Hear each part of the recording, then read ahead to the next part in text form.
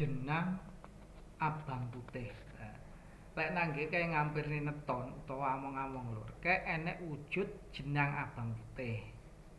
Lah jenang abang putih kuwi ngabeteni rah suci saka bapa lan biyung. Jenang abang kuwi saka biyung utawa ibu, jenang putih saka bapa utawa bapak. Dadine kabeh mesti ngabekteni mergo dhewe iki lair ora ujug-ujug enekne ora, enek lantarane yaiku bapa lan ibu.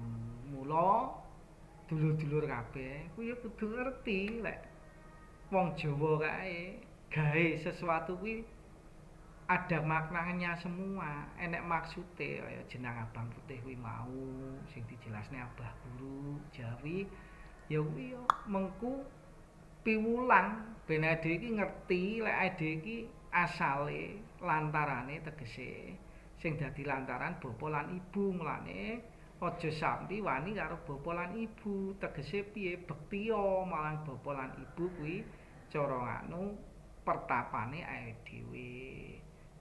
Tur bapa lan ibu kuwi dadi lantaran mandine donga dijabahi marang dijabahi Gusti Allah, dijabahi pangeran.